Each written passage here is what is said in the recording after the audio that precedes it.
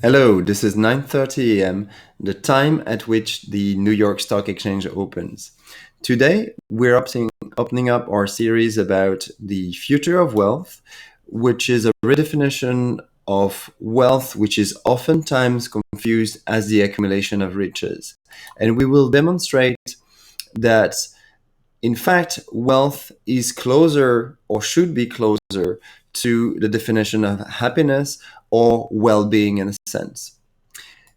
So, just to start our demonstration, um, we consider GDP per capita as the measure that was used mostly by nations in order to prove that the well being was actually effective in their given society.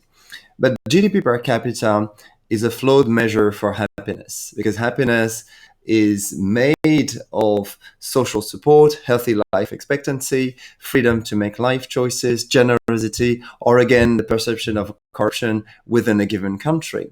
And this is not exactly what becoming richer would summarize.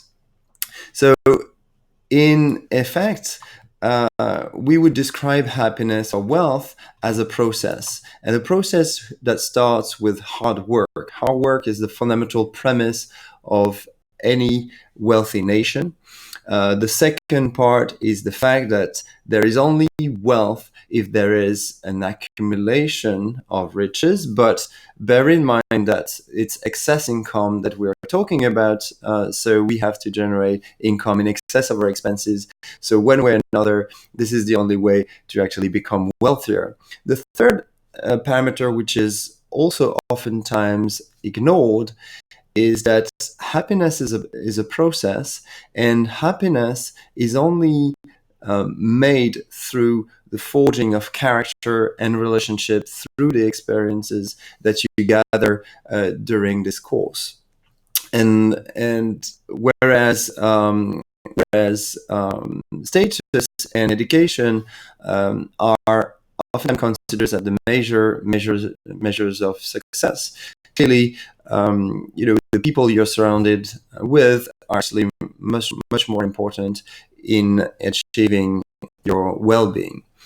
Last but not least, you have to be mindful in this process. Not only mindful about the community you live in, the town you live in, the country you live in, but also your neighbors and the ecosystem, the vast ecosystem in which you interact. And we'll stress on three different issues.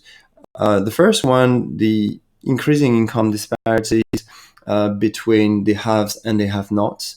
Second, this leads to social unrest all across the world, which have become, too big to ignore. And the third, but not least, is climate change. Climate change is real, and we need to tackle that as a group of individuals, group of nations, in order to be effective at that. So, if you're interested with the type of subject we're going to debate about, please like it, share it, and follow us on Twitter and LinkedIn. Thanks a lot, and see you very soon. Bye bye.